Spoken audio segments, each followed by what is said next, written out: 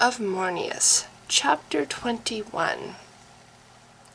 Galen walked through layers of flame. A blaze touched his cheek, flickered warmth through his hair.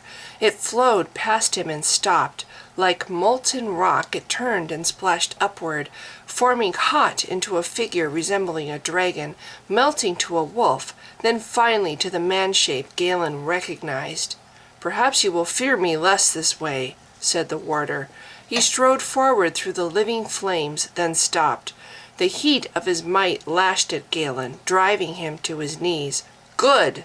The figure's eyes erupted into flame, yet somehow Galen saw in them a mingling of sorrow and rage. "Feel me! Feel something! You must wake, Galen! Rouse yourself and fight!" Fight? Galen trembled. His whole body ached for the freedom of death. How he longed to turn from the cutting blade of Hallworm's regard. Who was he that this god would care? "Not a god," Hallworm said. A flash of light and another change. Now his head resembled a lion's. "I am a warder of stars, Galen Laval. Time existed before me. Time will exist after my end." Hallworm drifted back to merge with the fog. "You must endure," he said. "I have no other. If you fail in this, I will perish. Then he who created me will destroy all to end his foe." "His foe," Galen whispered.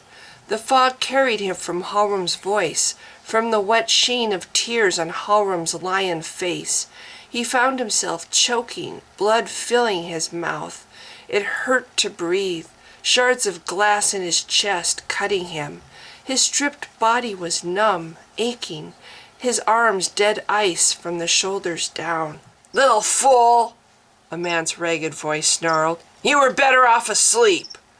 Hands dragged him up and slammed him backward. With bone-crushing force he struck a tree. At once his knees folded. Groaning, he slumped against the rough bark. Cold light touched his face, a silvery fire from a stranger's staff. He saw a gray man in gray robes holding it high, his dark eyes hooded as again he approached. Galen averted his eyes, glancing down at himself. So many livid bruises. "I'm going to kill you, toy of Hallworm," said the priest. "You're nothing to him now. Broken. See how your staff just lies there and does nothing?" With exaggerated care the priest pulled his knife. "Though your life has been wasted, your death will feed my lord. I'll see to that. Your death will hasten Maliam's triumph." Galen moaned as the priest shoved him onto his side, then seized his feet, lifting his bare legs he couldn't feel until claws from the branches above seized his ankles. The tree was moving above his head, two Veelermen crouching among its boughs, hauling at his legs, climbing higher until he hung upside down, his spine draped against the bark of the tree, his arms flopped over his head. "Our attendants are experts at this," the priest said, stepping near. "You've lost blood," he continued, speaking mostly to himself. "You'll be weak and unresisting." He motioned with his hand, and Galen felt the claws around his ankles pull him higher. "And I have watched the ritual done, and practiced it on rabbits. This should be easy." "I unclothed you," the priest told him softly, "to let the cold slow your blood, slow your death if I can. With luck you'll live until morning." Fearfully Galen eyed the dagger. He flinched as its blade sliced under his ribs. Veelermen gathered in the fragile light of the priest's staff. Even without Mornius, Galen sensed their torment. Deprived of their minds, their bodies endured, driven by rage and simple starvation. Grinning, they rustled their wings, crying like wolves at the fresh scent of blood. "I could give them you as food," the priest said. "Less work for me, but I have always wanted to try this on a human. Flaying. It's the slowest imaginable death. Complete removal of the skin." "The rabbits I've been practicing on were dead," the priest continued. "This is," he changed the angle of his knife, "somewhat different." Galen screamed, fighting to jerk away. Blood streamed down his neck, fell dripping from the bottom of his chin. Beside him the priest smiled. "Did you see Teardon?" he asked casually. "Now that was nice work. I can't take all the credit, of course, but I am the one who directed Malion's fire at the city. I am Nithravlin, father of the woman he favors. Malion hears me, and he will hear your screams this night." The man was grinding his blade against a rib. Helplessly Galen jerked with every cut, his whole body quivering with shock and pain. All around him the Veelermen gathered in a huddle, sniffing hungrily, fighting beneath his head for tastes of the bloody snow. "It's a pity you had to be asleep when I beat you," Nithra told him. "Your attacker drained you so much you wouldn't wake." He withdrew a short wooden club from beneath his cloak. "I've gotten pretty good with this. So good, in fact." Nithra raised his staff to survey his work. Galen winced as the man pressed cruelly at his shattered ribs. "I doubt you'll live either way at this point. I could just leave you in the snow, but that wouldn't please Malion." Galen shook his head. Blood streamed from his mouth and over his mouth, welled warm and sticky in his nostrils. "I don't believe you," he coughed. "I sense how puny you are. Malion doesn't even know you exist." "Boy!" Nithra's black eyes flared. The club came down with a smack. In agony, Galen screamed as it shattered his right knee. "Don't you mock me!" Nithra snarled. He pressed his face close, and Galen turned his head. "I do this for our future. You can't see it. You are blind and stupid. But one day you will when the world is reborn. A world meant for humans alone." Galen turned his bloody face to the wind. He writhed against the tree, groaning as Nithra returned his attention to his knife. His mind was numb, reeling. He yearned for oblivion, for a place without fear. But he lacked Mornius. His staff lay abandoned in the snow, far away from any embrace. Focusing on Mornius for the first time since he awoke, Galen saw its gem flicker with an urgent rhythm. It was a rhythm he recognized, the rhythm when someone he knew was angry, and especially when that someone was Avalar.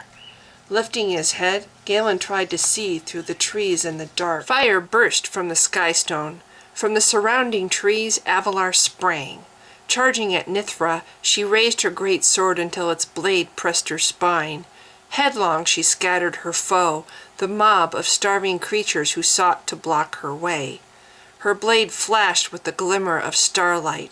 In a movement too fast to follow, it struck the first Veelerman she reached, the power of her stroke driving the steel straight down, hewing through skull and ribs to groin. As the body slid free, she leaped forward with a furious howl, weapon streaming. Galen screamed as his head collided with the frozen ground, as his body flipped to the side and the creatures above him took wing. In a daze, Galen stared from where he lay broken. Gone was the dance of the Talador she had learned in Teardon. Here now, under the moonlight, was the greatest and last of the ancient warrior races, the long-ago protectors of Talankai. Instinct gripped at her, the same hot fury that drove giants northward to fight despite the efforts of the elves to stop them. Like a scythe, her blade swept bodies off their feet, flinging jagged, bloody pieces over the snow. Abandoning her sword, Avalar pounced on the remaining two. Galen sank back, turning his head. In the quiet of the forest he heard the steady cracking of bones. Her blows were precise and calculated. She was a creature trained to fight the raiding Sundercon beasts of the north. Her bare hands knew how to kill. Nithravlin stood beside him and stared. From where he lay, Galen saw the indecision knot his face, how his trembling hand clutched his knife.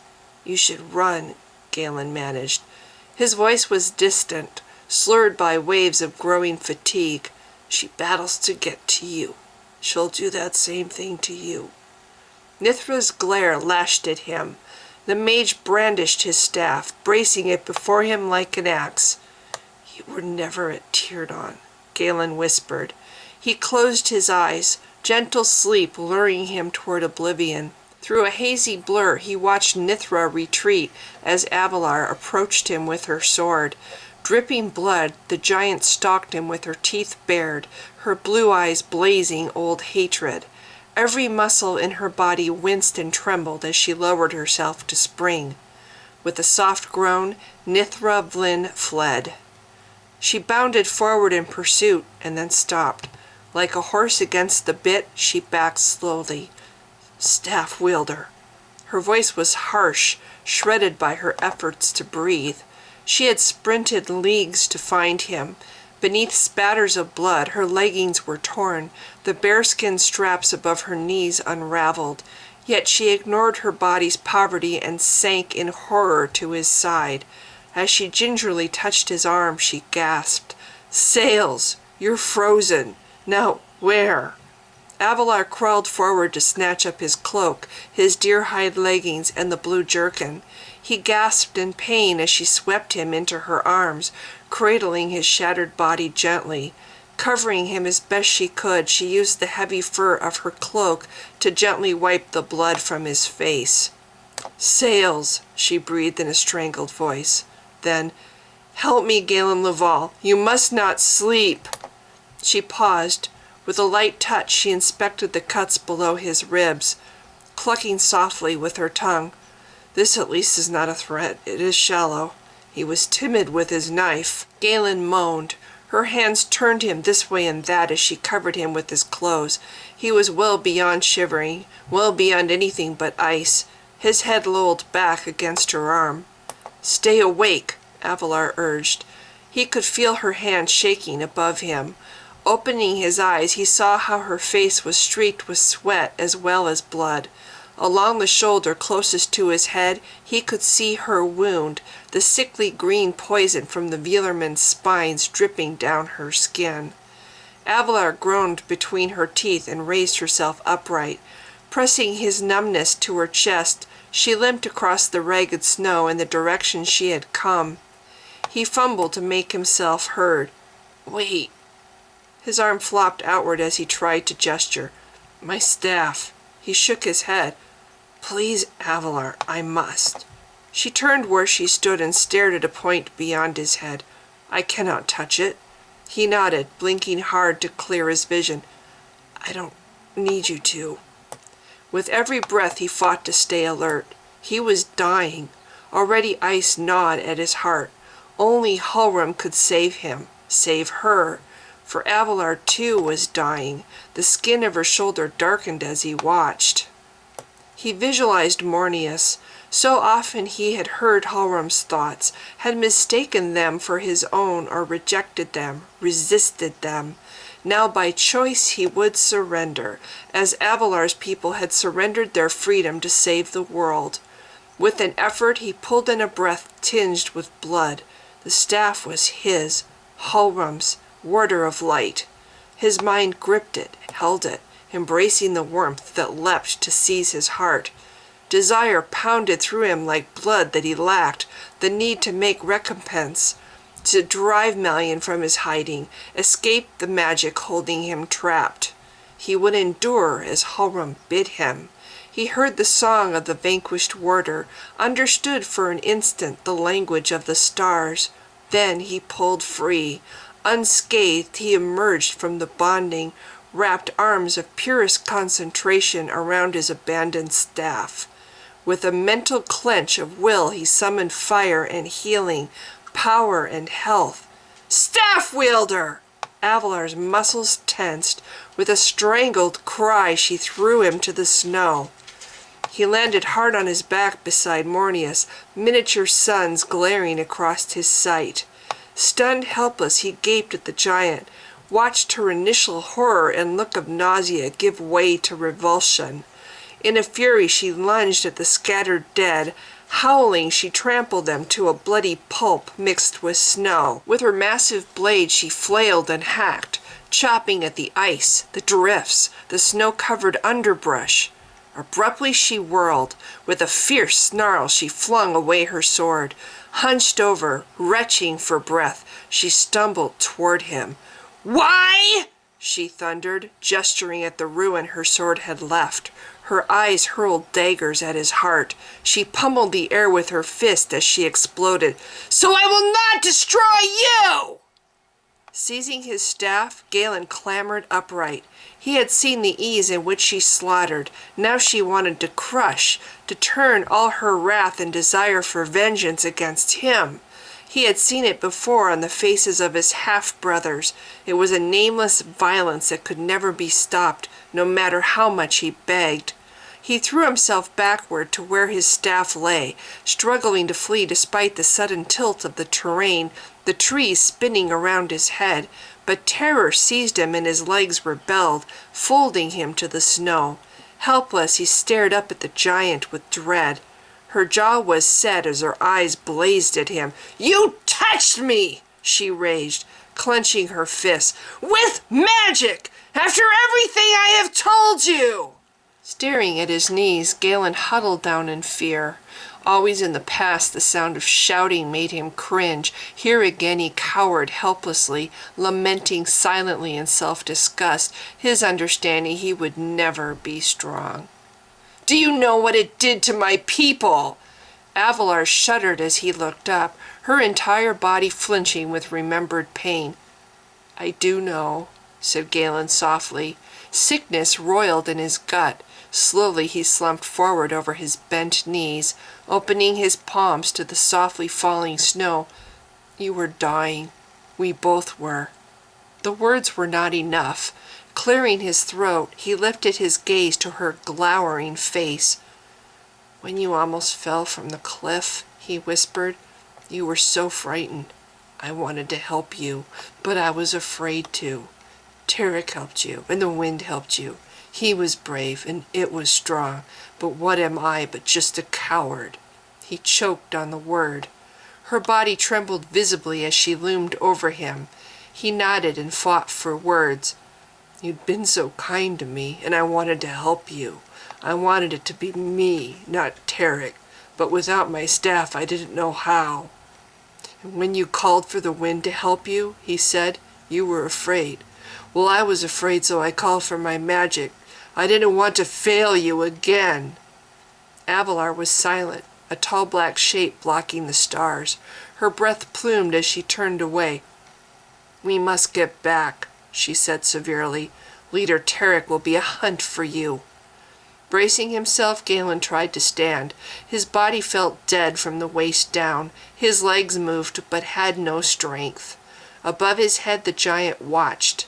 Nothing would soften her iron heart now. She was a giant, as stubborn and relentless as the sea. But then she knelt, and her hands cupped his shoulders. "This is a fell place, little mage." She waited while he foundered, waited him out until he raised his gaze to her face. Then she tightened her grip. "It turns us against ourselves. Come." With a quick flex of her strong fingers, she lifted him up, held him upright as she crouched by his side. He blinked at her compassion, at her strong hands on his shoulders which had wanted his death. "I see," she breathed sadly. "You mistrust the violence in my heart, and if I try to explain to you the hows and whys of giants, we will both freeze ere the telling is done. Yet still we must go. Come, let me bear you from this place." He nodded to his staff, still lying at his feet. "I have to carry it," he said. "You can't." On an impulse he pulled from Avalar's hands and bent, prying Mornius with his fingers from the clutches of the frozen snow. Standing again, he lifted the staff between them. "My staff," he whispered. "Touch it." Fear snarled through her teeth. "You are as perilous to me," he reminded her firmly. "If you want my trust, show me yours." Galen leaned toward her, straining to see her face. "On the cliff I understood. If my staff had touched you then, you would have fallen and killed us both. So I let Tarek carry it. But here there's no such danger.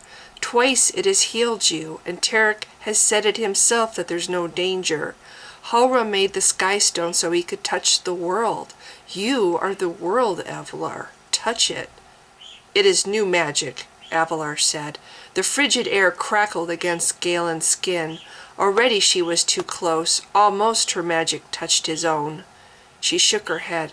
I want to believe in you. And I in you, he countered. Avalar, please. Horum dwells in Mornius, but more and more he's dwelling in me. Whether or not I like it, I'm hearing his thoughts. This world was yours before the warders came. Horum wants to give it back. That's all he wants, to free himself and rid this world of his magic. She caught her breath, then expelled it slowly. This is true, she breathed. He would take his magic with him? Yes. Galen held up the staff. His magic is him. If he goes, it goes. But he needs our help and your trust, as I do, Avalar. I am weak. I can't seem to be anything else but weak. I need you, giant. Help me. Her big hands trembled. Galen, his breath locked behind his teeth, watched her fingers slowly form a cage around the staff's dark wood without touching it. Thresher Gavorian, help me, Avalar gasped. Blue fire sprang between them. With a sizzling howl, it leaped up, blocking her from his view. Then Mornius shuddered. As Avalar slowly closed her fingers to touch the staff, its power winked out. Avalar! Galen stroked her clenched fingers. The giant's eyes were squeezed shut as if she awaited certain death. He smiled and massaged her hands. Look, giant, you're doing it. You're holding my staff. She gritted her teeth. I know I am, and you forced me to this. If I die, sails! Her eyes snapped open. Nothing, she whispered. In wonder she stared at her shaking hands, at the quiet staff of power she held. There was nothing. Galen smiled. He leaned forward. In relief, he let his weight press against her. Any moment, and his knees would collapse him to the snow. I lost a lot of blood, he whispered. Mornius can heal, but it can only do so much. She handed him his staff. Hugging herself with her arms, she glanced toward the outline of the trees against the night sky. I have much to ponder from this, she said, but for now we must go or freeze and die here. Shall I carry you, Galen Laval? He nodded and stepped lightly onto her bent knee, then let her enfold him against her heart. She trusted him despite her fear. For her trust he surrendered completely. Cradling him and his staff both, Avalar sprinted for the trees. Each swift stride jolted his shoulders, smacked his cheek against the muscles above her heart. The leather of her jerkin smelled of the sea, of clan fires and smoke. Slowly he strove to breathe in and out, to forget, and to dream. She gathered speed as her legs found their rhythm. Frozen snow exploded beneath her weight. Her pace was tireless, steady, a non-stop thumping of clever feet. Eyes closed, Galen rocked back and forth, his thoughts spinning along with the blackness. Ice splintered and fell as Avalar crashed between branches. Galen woke with a start, his reverie shattered. Her breathing was harsh in her throat. In ragged bursts it punctuated the drumming of her feet. Avalar ducked and swerved, leaped fallen trees and gray slick ice.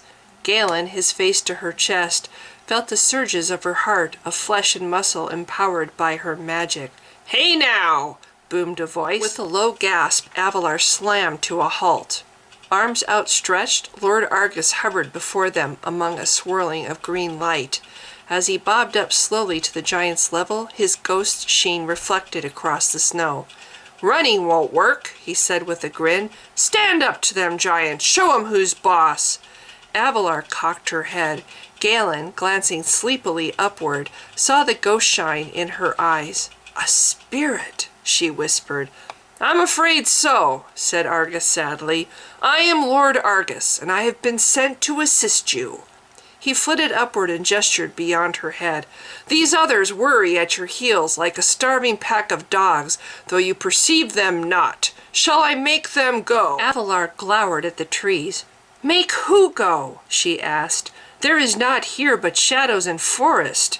And, Argus drawled, about 2 in 10 formerly living Veelermen, if my count is correct.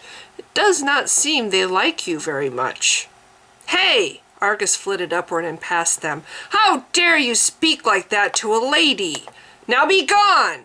"That's right, you heard me. Get!" "What?" Avalar, peering into the darkness, turned in a wary circle. Galen saw then that she followed a trail in the snow, a path she had flattened to reach him. "I see only you, ghost." Argus met Galen's stare. "Gotta love these magical creatures," he said. "Sees a ghost, it's no big deal. No fuss, no getting over the horror, just straight to the conversation." He turned to Avalar. "I am cursed, so your magic sees me, but these new deads here are difficult to see. By, hacking and dicing so much like you did, you've, vexed them." He paused, turning around to look ahead. "Oh yes," he noted, "very vexed. Indeed. So they cry for your blood, though it serves them not, silly creatures." Again he turned to face the giant. "Have I mentioned yet how silly ghosts are?" "Be gone!" Argus thundered, whirling round again to face the empty trees. "She has freed you, more or less, so rejoice and go away!" With a oomph, he doubled over. Galen, sitting upright and amazed in Avalar's arms, watched his body whip back and forth. Tears split the generous fabric of one puffed sleeve. A jagged gash appeared below his right cheekbone. With a shout, he threw off the attack. Like a streak of green fury, he flashed wild-eyed between the trees.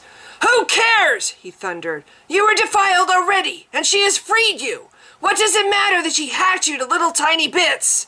Scavengers would have done the same eventually."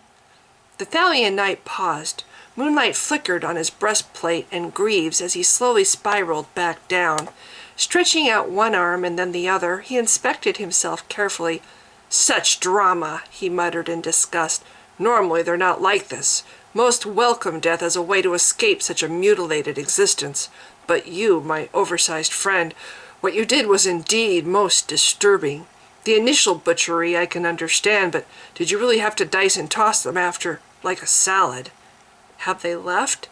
Galen scanned the blackness behind the trees. Handfuls of snow still plopped down at intervals, landing in silence on the trail the giant had made. "What?" "Oh yes." Arms tucked behind his head and legs crossed, Argus reclined as he bobbed gently above Avalar's head. "Yes, they were sufficiently daunted by my prowess. Besides that, their wrath was vented. They had no reason to linger." Avalar shrugged. With sudden ground-eating strides, she hurried again down the trail, leaving the dead knight to flitter and flash in her wake. "I regret not what I did," she said to Galen. Gently she shrugged him back into the crook of her arm so he could rest. "I had my own wrath to vent. I was fully blooded. I would have harmed you, and I have no wish to harm you." Galen nodded and blinked at the westward sky. It lightened above the trees, the heavy clouds caressed by the first glints of dawn. He caught a glimpse of green light and lifted his head. Argus flitted beside them, his transparent form sliding effortlessly through branches and stumps. Seeing his astonishment, the ghost bowed. Shaking with silent laughter, he appeared from a tree trunk slowly, his buttocks emerging first, followed by his shoulders and head. Still laughing, he dived like a swimmer into the next tree, only to reappear, grinning from the flat of Avalar's stomach. "Really, giant." He bobbed away to avoid her fist. "What have you been eating?" "Avalar!"